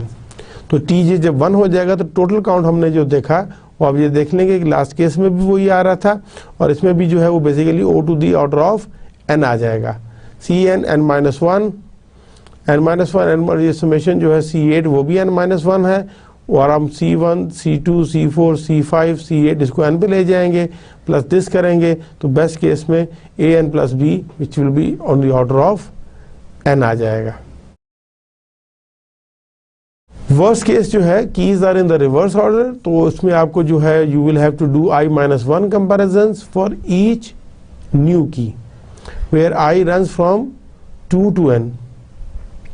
तो टोटल कंपैरिजंस जो आपके होंगे 1 plus 2 plus 3 plus so on up till n-1, तो इसको हम कह सकते हैं कि समेशन ऑफ i जो है from 1 to n-1 1 into n-1 over 2 which is n square minus n over 2 which belongs to order of n। तो वर्स्ट केस सिनेरियो जो है वो इसका n स्क्वायर हो जाएगा। The arrays in the well this हमने इसको भी देखा था, you are having to compare key with all the elements while अगर रिवर्स सॉर्टेड ऑर्डर में है, while i is greater than 0 and i of a of i is greater than key, always a of i greater than key in while loop test have to complete with all the element to the left. वो हमने देखा था कि using ये j n into n plus 1/2, ये n plus n into n plus 1/2 minus 1 so one, तो ये आपकी एन इंटू एन माइनस 1 बन जाएगी। तो उसके साथ जब हम इनकी कंपेरिजन्स करेंगे तो ये हमने देखा था कि ये तो ऑलरेडी हमने ये उसका निकाल ही लिया था, और ये जो है जब हम इसका करेंगे एन इंटू एन प्लस 1, क्योंकि अभी हमने लास्ट जो आपको स्लाइड दिखाई थी उसमें हमने ये कांस्टेंट ये एन माइनस 1 का निकाला था। तो यहाँ पर जब हमने देखा तो एन इंटू एन, अब जो इंटरनल थे इनका भी निकालना था, n into n plus 1/2 minus 1, यहाँ पर जो है इन दोनों के लिए एन इंटू एन माइनस 2 का जो है वो भी हमने निकाला। तो ये जब इनको समेशन करेंगे तो बेसिकली ये a n square plus b n plus c आ जाएगा। ये देखिए ओरिजिनल हमारे अपनी जगह पे मौजूद है, C1n C2n माइनस 1 जो बेसिकली C5 C6 और C7 की जो T है, इनकी हमने बेसिकली यहाँ पर जो है वो कंपेयर आपको मैथमेटिकली मैं ये समझाने की कोशिश कर रहा हूँ कि हाउ इट इज़ वर्किंग। तो ये basically a n square plus b n plus c आ जाएगी, क्वाड्रेटिक फंक्शन ऑफ एन आ जाएगा, और चूँकि इसकी हायर पावर जो है वो एन स्क्वायर है तो will take it as the worst case. तो ऑर्डर ऑफ ग्रोथ जो है वो इन एन स्क्वायर होगा। वही आपको बताने की कॉस्ट इसकी अब वही उसी तरह हमने रखी है। तो यहाँ पर हम इसके नंबर ऑफ कंपैरिजंस हम ये चेक करेंगे कि कंपैरिजंस इसका कितना आ रहा है। तो ये आपका एन स्क्वायर ओवर 2 आएगा, क्योंकि इतने कंपैरिजंस लाजमी होने हैं, और ये जो है वो आपकी जो एक्सचेंजेस हैं वो आपकी एन स्क्वायर ओवर 2 ही एक्सचेंजेस हो जाएंगी। तो अगर हम इसकी एवरेज के पॉइंट ऑफ व्यू से बात करें तो we will assume कि when a key is moved by the while loop, all positions are equally likely. So there are I positions. तो I is loop variable of the for loop. तो probability of each क्या है 1/i हो सकती है। तो one comparison is needed to leave the key in its present position. तो two comparisons are needed to move the key over one position. तो in general हम ये कह सकते हैं कि k comparisons are required to move the key over k minus 1 positions. Exception क्या है कि when both first and second positions require I minus 1 comparisons. बाकियों में आप देखेंगे कि जो आएगा उसके हिसाब से आएगा कि k comparisons are required to move the key over k minus 1 positions. Comparisons necessary to take place to place the key in this position. तो average comparisons to place one की जो है वो क्या आएगा, तो वो आएगा summation of from j1 to i minus 1 1/i j प्लस 1/i इंटू i माइनस 1। और इसको जब हम सॉल्व करेंगे तो आपका 1/i जो है वो कॉमन निकल जाएगा। तो summation of i1 to i minus 1 j plus basically 1/1 minus 1/i आ जाएगा। ठीक है जी। तो उसको जब हम सॉल्व करेंगे तो 1/i into i minus 1/2 plus 2/2 minus 1/i, इसको जब सॉल्व करेंगे तो ये i प्लस 1/2 माइनस 1/i आ जाएगा। तो फॉर ऑल की ये आपका वैल्यू आई है फॉर 1 की। तो जो फॉर ऑल की के लिए वैल्यू होगी वो i फ्रॉम 1 to 2 to 1 के अंदर है, उसकी वैल्यू आ जाएगी। तो which will be equals to 1/2, और इसको हम ये इसको सेपरेट कर लेंगे 1/2 के साथ। तो ये i plus 1/2 summation of this minus, और ये माइनस जो है विद 1/i आ जाएगा। ये 1/2 हम यहाँ से कॉमन ले लिया तो एक i के साथ आ जाएगा, एक 1 के साथ आ जाएगा, ये minus this one without this. इसको जब हम सॉल्व करेंगे तो ये हम देखेंगे कि n into n plus 1/4 minus 1/2 plus 2n/4 minus 1/2 minus the summation of i from 2 1/i। और इसको जब हम सॉल्व करेंगे तो ये अब आपका यहाँ पर ये बन जाएगा n square plus n/4 minus 1/2 plus इसको जब सॉल्व करेंगे तो ये n square over 4 plus 3n/4 minus 1 minus this. इसमें भी हम ये देखें तो ये जो ऑर्डर हाईएस्ट टर्म जो है वो आपकी n स्क्वायर है, इसलिए इसका जो average sort for all keys also will be n square.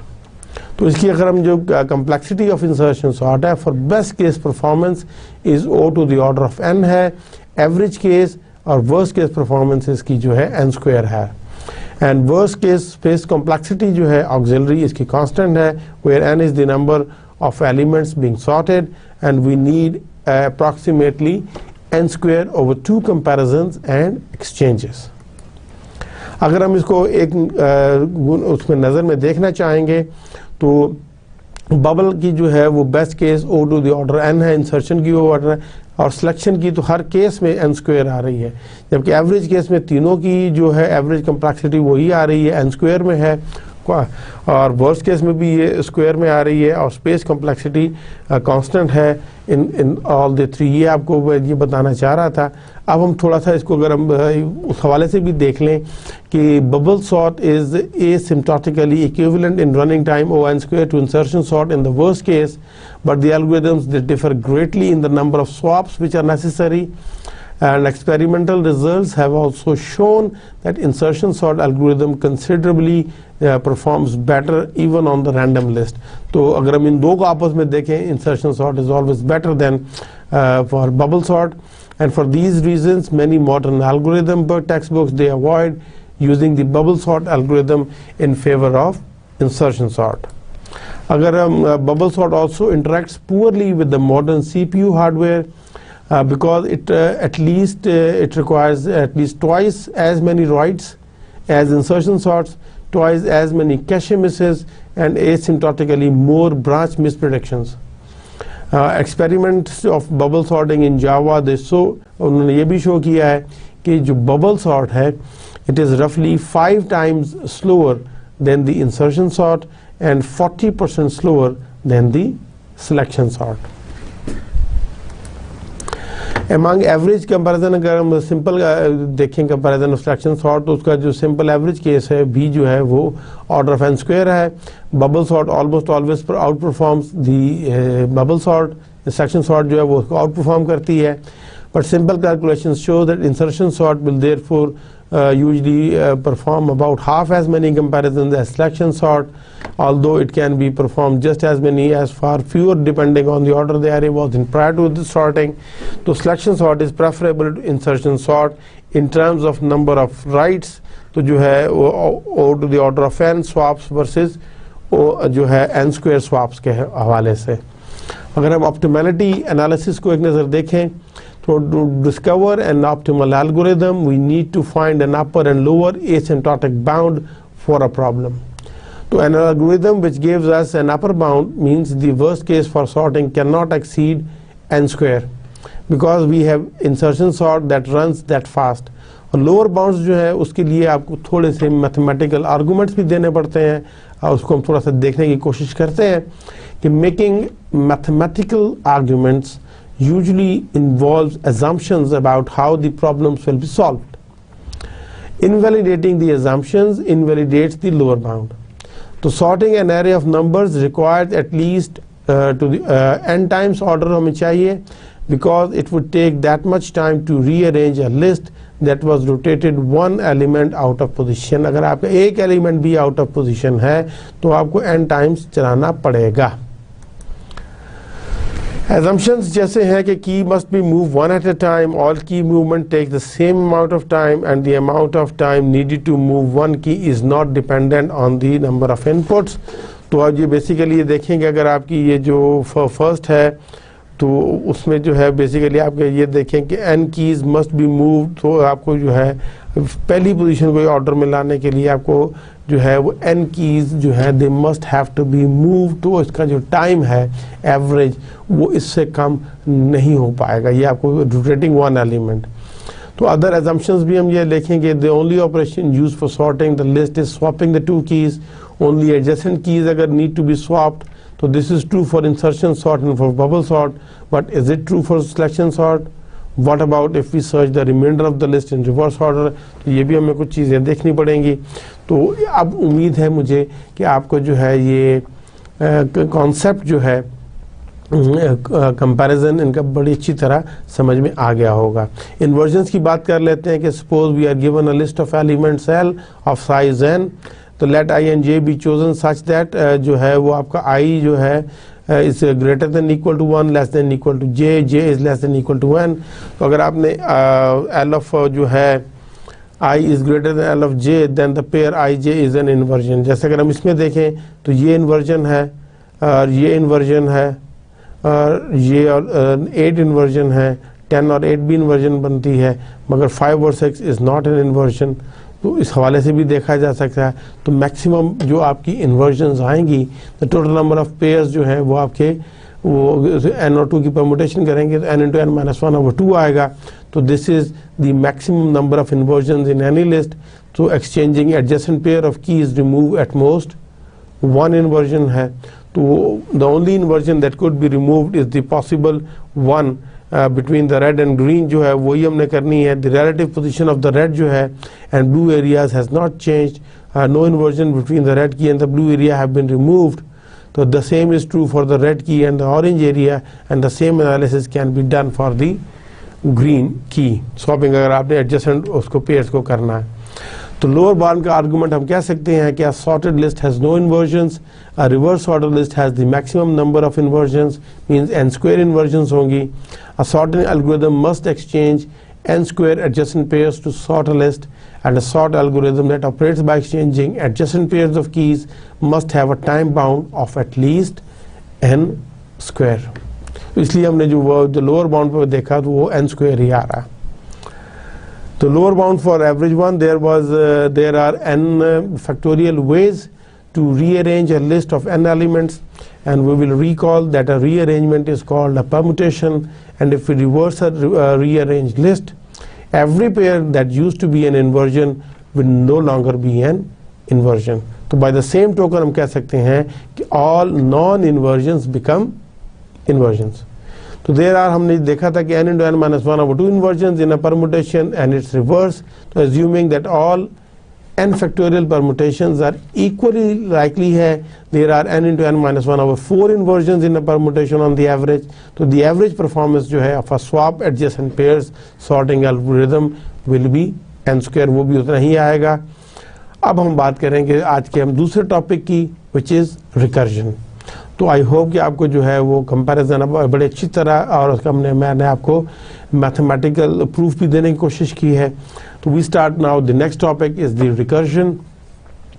Recursion is the process of repeating items in a self similar way, कि अपने आप को ही वो उसको करता है, प्रोसेस रिपीट करता है।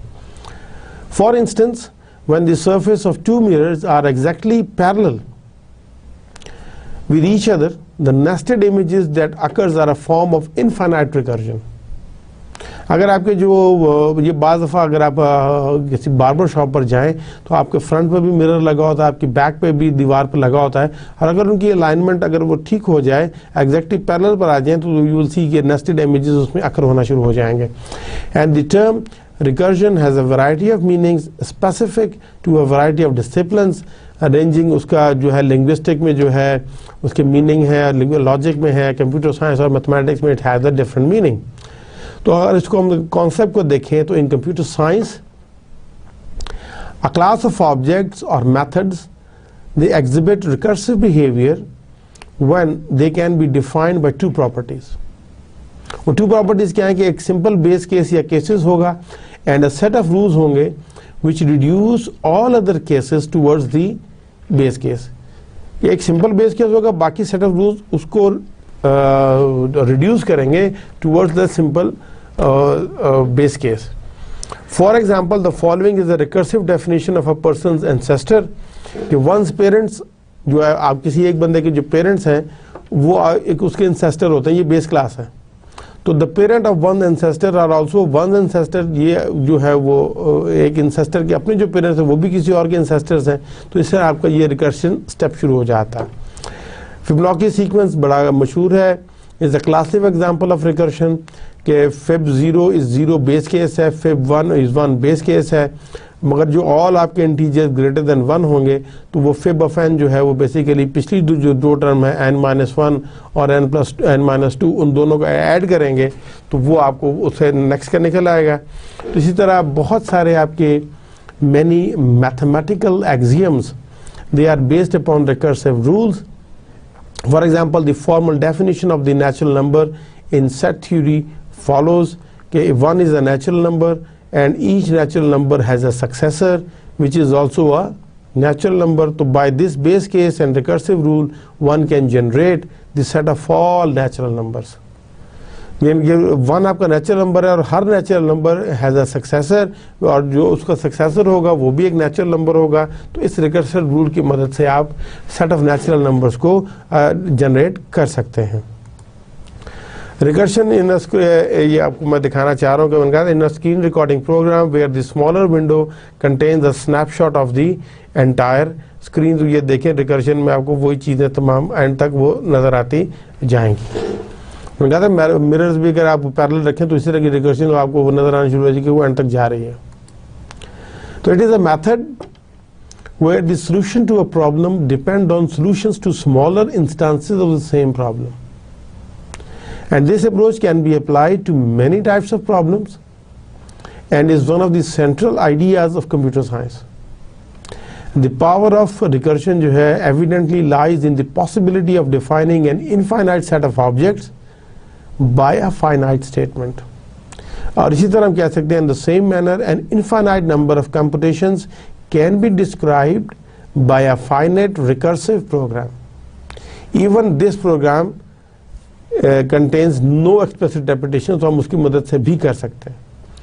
तो most computer programming languages they support recursion by allowing a function to call itself within the program text. कि वो एक फंक्शन अपने आप को ही कॉल करेगा within the same program. So some functional programming languages they do not define any looping construct but they rely solely on the recursion to repeatedly call code. चंद एक ऐसी functional programming languages हैं जो आपको looping का concept जो है वो नहीं देती, तो वहाँ पर हमें recursion के through ही ये repeated call करनी पड़ती हैं. So computability theory has proven that these recursive only languages are mathematically equivalent to the imperative languages, meaning that they can solve the same kind of problems even without the typical control structure just a while or for, but they can solve the same problems equivalently. So recursive algorithm क्या है कि a common programming computer programming tactic is to divide a problem into sub-problems of the same type as the original, and you solve these problems and combine the results, and this is often referred to as the divide and conquer method कहते हैं. When it is combined with a lookup table that stores the result of solving sub-problems so that you can avoid solving them repeatedly and incurring extra computational time, so it can be referred to as the dynamic problem. भी हम programming भी इसको कह सकते हैं. तो recursive function basically जो है, a recursive function definition has one or more base cases, meaning inputs for which the function produces the results trivially without recurring. ये बेस केस बनेगा एंड वन और मोर रिकर्सिव केसेस बनेंगे, meaning inputs for which the program recurs means calls itself. For example अगर हम factorial function की बात करें, it can be defined recursively by the equation कि 0 का फैक्टोरियल 1 है and for all n which are greater than 0, तो n factorial is basically इसके बराबर है n into n minus 1 factorial. तो neither equation by itself constitutes a complete definition. तो हम ये कह सकते हैं कि जो फर्स्ट इक्वेशन है कि 0 factorial is 1 is the base case and the second one के जी for all n greater than 0 n factorial equal n into n minus 1 factorial is the recursive case. So the job of the recursive case can be seen as breaking down the complex inputs into simpler ones. In a properly designed recursive function where each recursive call, the input problem must be simplified in such a way that eventually the base case must be, क्योंकि आपने उसको simplify इस तरह करना है कि आपकी जो input problem है at the end वो आपकी बेस केस पे जरूर पहुंचे. अगर बेस केस पे नहीं पहुंचेगी तो neglecting to write a base case or testing for it incorrectly you can cause an infinite loop, और उसमें at the end you will get a memory overflow error आ जाएगा. तो recursive functions basically a function that calls itself, can only solve the base case, divides the problem into what it can do and what it cannot do. It resembles the original problem, और ये basically क्या करता है, it launches a new copy of itself which we call are recursion step. Eventually जो है वो base case get solve, you gets plugged in, works its way up and you solves the whole problem. Example हम देखते हैं इसमें factorial की कि 5 factorial basically 5 into 4 into 3 into 2 into 1 ये मैथमेटिकली है। अगर हम इसमें नोटिस ये करें कि 5 फैक्टोरियल बराबर है 5 इंटू 4 फैक्टोरियल के, और 4 फैक्टोरियल बराबर है 4 इंटू 3 फैक्टोरियल के, तो इट मीन्स कि we can compute the factorials recursively. और इसमें सॉल्व द बेस केस ये है कि 1 factorial is 0, 1 factorial 0 factorial equals to 1, then you have to plug in कि 2 factorial is equal to 2 into 1 factorial is equal to 2 into 1 to 1 is 2, 3 factorial is equal to 3 into 2 factorial is equal to 3 into 2, यहाँ से आ गया 6। तो हम इसका एक छोटा सा रिकर्सिव फंक्शन यूँ लिख सकते हैं कि अनसाइंड इंट रिटर्न करेगा फैक्टोरियल, अनसाइंड इंट एन जो है वो इसका हम कॉल कर रहे हैं पैरामीटर। हम यहाँ पे कह रहे हैं कि if n is less than और इक्वल्स टू 1 तो हम रिटर्न करेंगे 1, एल्स हम रिटर्न करेंगे n into factorial of n minus 1, तो हम इसको रिकर्सिवली कॉल कर लेंगे। फिबोनाची सीरीज को हम देख सकते हैं रिकर्शन में कि फिबोनाची सीरीज में अगर बेसिकली क्या है कि ईच नंबर, तो पहला जो है ये आपके बेस केस है, the next is the each number is the sum of the previous 2, यानी कि ये जो थर्ड टर्म है ये प्रीवियस 2 का सम है, ये 2 इसका सम है, ये 3 ये प्रीवियस 2, ये 5 प्रीवियस 2, इट्स गोस ऑन। तो हम ये कह सकते हैं कि each number of the previous 2, ये रिकर्सिव फार्मूला क्या बनेगा कि fib of n is fib of n minus 1 plus fib of n minus 2।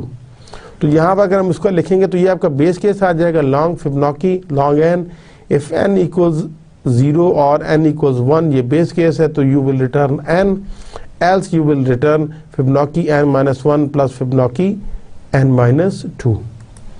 अगर हम इसको देखें तो रिकर्सिव फिबोनाची सीरीज में क्या है कि फिब ऑफ 5 जो है वो बेसिकली कॉल करेगा फिब ऑफ 4 को और फिब ऑफ 3 को, और फिब ऑफ 4 पहले जो है वो फिब ऑफ 3 और फिब ऑफ 2 को कॉल करेगा, रिकर्सिवली कॉल करेगा। फिब ऑफ 3 जो है वो फिब ऑफ 2 और फिब ऑफ 1 को कॉल करेगा, और फिब ऑफ 3 जब ये लेफ्ट साइड की खत्म होगी तो ये राइट साइड वाला कॉल होगा, ये फिब ऑफ 2 और फिब ऑफ 1 को करेगा। तो यहाँ से अगर आप देखें तो फिब ऑफ 3 जो है वो फिब ऑफ 2 और 1 को कॉल करेगा, एफ ऑफ 2 जो है वो 1 और 0 को कॉल करेगा, और ये रिटर्न करेगा 1, ये रिटर्न करेगा 0, और ये उसके बाद रिटर्न करेगा इधर, ये इधर से रिटर्न होगा, और ये फाइनली सम अप करेंगे तो यू गेट एफ ऑफ 3। अगर हम उसी फिब ऑफ 10 को देखें तो ये पहले ये फिब ऑफ ये कॉल होगा, फिब ऑफ 4 जो है वो बेसिकली फिब ऑफ 3 को कॉल करेगा, और फिब ऑफ 3 जो है वो फिब ऑफ 2 को कॉल करेगा, फिब ऑफ 2 जो है फिब ऑफ 1 को कॉल करेगा, और उसके बाद वो वहाँ से रिटर्न होगा, फिब ऑफ 0 को कॉल होगा, वो रिटर्न होगा, फिर ये जनाब इधर वापस आएगा तो फिब ऑफ 3 जो है उसने दूसरा भी कॉल किया वो वहाँ पे जाएगा, फिर ये वापस होगा, ये यहाँ से ये वापस आ गया, ये रिटर्न हो गया इधर आएगा। अब ये इसको सेकंड टाइम ये फिब ऑफ 2 कॉल होगा, फिर फिब ऑफ 2 ने मज़ीद कॉल करना है फिब ऑफ 1 को, ये फिर वो इधर जाएगा, फिर इसको कॉल करेगा, ये फिर इधर जाएगा, और ये फिर वापस इधर जाएगा, जब इस तरफ आ जाएगा। अब ये राइट साइड मुकम्मल हो गई है, अब ये लेफ्ट साइड सॉरी अब ये राइट साइड की तरफ जाएगा, फिब ऑफ 3 कॉल होगा, जो n माइनस 2 था वो इसको कॉल करेगा फिब ऑफ 2 को, और जो ये फिब ऑफ 2 जो है वो पहले f1 को करेगा, फिर f1 जो है वो वहाँ से रिटर्न होगा तो ये दूसरे को कॉल करेगा, और फिर फाइनली ये इधर से वापस रिटर्न होकर इधर आएगा, ये लेफ्ट साइड को कॉल करेगा, ये इधर से रिटर्न होकर वैल्यू आएगी, एंड जब इधर से वैल्यू आएगी तो अब ये दोनों को ऐड होकर ये वैल्यू रिटर्न करेगा। इसका हम प्रोग्राम वो देख लेते हैं। Fibonacci long int main long result and number, print F enter उसको हमने किया, रिजल्ट को फिबोनाची में किया और प्रिंट एफ किया फिबोनाची को। अब यहाँ बेसिकली हम यहाँ रिजल्ट के अंदर ये स्टोर कर रहे हैं, और recursive definition of a function Fibonacci हमने कर ली कि जी वही है कि फिर एन, और इसको सिंपली हमने उसी तरह इम्प्लीमेंट किया है। और इस प्रोग्राम आउटपुट में अगर आप देखें तो if you enter N integer, सिर्फ नंबर को हम एंटर करेंगे 0 करेंगे तो फिबोनाची 0 रिटर्न करेगा वैल्यू 1 की, अगर हम इंटीजर 1 करेंगे तो वो 1 रिटर्न कर देगा, अगर हम उसको 2 करेंगे तो वो 1 रिटर्न करेगा, 3 एंटर करेंगे तो 2 करेगा, 4 एंटर करेंगे तो वो थर्ड टर्म निकाल देगा, और 5th करेंगे तो 5th टर्म निकालेगा, 6 करेंगे 8, 10 करेंगे 55, और अगर 20th टर्म मांगेंगे तो वो 6765, 30th टर्म मांगेंगे तो वो 83040, 35th टर्म मांगेंगे, इसलिए हमने उसको इसकी जो टाइप थी वो लॉन्ग रखी थी। अगर हम इसका आपस में कंपैरिजन करें रिकर्शन वर्सेस आइट्रेशन, तो रेपिटेशन में जो है आइट्रेशन एक्सप्लिसिट लूप है, रिकर्शन में रिपीटेड फंक्शन कॉल्स हैं। टर्मिनेशन के लिए लूप आपको आइट्रेशन में हो तो loop condition fails, and recursion में टर्मिनेशन कैसे होगी कि बेस केस इज रिकग्नाइज्ड। तो both can have infinite loops. Balance क्या है कि you have to make a choice between performance जो कि आइट्रेशन में है एंड गुड सॉफ्टवेयर इंजीनियरिंग जो कि रिकर्शन में है। तो recursion main advantage is usually simplicity, and main disadvantage is often that the algorithm may require large amounts of memory if the depth of the recursion is very large। और वो मैं आपको यहाँ से बेसिकली ये दिखाना चाह रहा हूँ कि जब आप रिकर्सिव फंक्शन की कॉल करते हैं तो इस फंक्शन ने इसको कॉल किया, इसने इसको कॉल किया, इसने इसको कॉल किया, अब ये सारे मेमोरी में है। तो ये फंक्शन क्या है, जो इसका कॉल स्टैक में ये फंक्शन पहले इधर हो जाएगा, फिर वो दूसरे जो फंक्शन कॉल हुआ वो आ गया, फिर ये तीसरा फंक्शन कॉल हुआ ये आ गया, फिर चौथा फंक्शन कॉल हुआ तो ये आ गया। तो ये स्टेटस होगा। उसके बाद जब रिटर्न होना शुरू होंगे तो जब ये रिटर्न होगा तो ये गायब हो जाएगा, फिर ये रिटर्न होगा तो ये कॉल स्टैक से गायब हो जाएगा, जब ये मुकम्मल होगा तो ये गायब हो जाएगा, तो उस वक्त ये सिचुएशन रह जाएगी। और जब ये भी रिटर्न होगा तो आपका कॉल स्टैक ख़त्म हो जाएगा। तो ये था आज का लेक्चर, एंड वी मेक आज जो है हमने बड़ी डिटेल में सॉर्टिंग मेथड को रिव्यू किया है। हमने bubble sort, selection sort, insertion sort को आइडिया को भी एक नज़र देखा, उनके जो है बेसिकली जो कम्प्लेक्सिटी एनालिसिस है उसको हमने ख़ासा तौर पर इन डिटेल देखा, कंपैरिजन किया आपस में, और हमने ये देखा कि वर्स्ट केस और एवरेज केस में तमाम का ही n स्क्वायर आ रहा है, सिर्फ सिलेक्शन सॉर्ट का बेस्ट केस में n ऑर्डर ऑफ n आ रहा है। और हमने देखा कि बबल सॉर्ट जो है और वो जो वीक है बात केसेस में उसको, और सिलेक्शन और इंसर्शन सॉर्ट बेहतर है। We also introduce the idea of recursion. आज हमने उसका कॉन्सेप्ट देखा है, एक छोटी सी एग्जांपल देखी, इम्प्लीमेंटेशन कोड देखा है। उम्मीद है कि आपको रिकर्शन समझ में आएगी इंशाल्लाह। नेक्स्ट वीक जो है नेक्स्ट लेक्चर में हम जो है वो रिकर्शन को इन डिटेल देखेंगे, और इसके साथ जो है वो हम कोशिश करेंगे कि रिकर्शन के साथ जो अब सॉर्टिंग टेक्निक से हम उस तरफ भी राय रखें। तो अपनी प्रैक्टिस करते रहिएगा। अब आपको रिकर्शन का भी आ गया, मुख्तलिफ आपकी C और C++ की बुक्स में आपको मिल जाएंगी।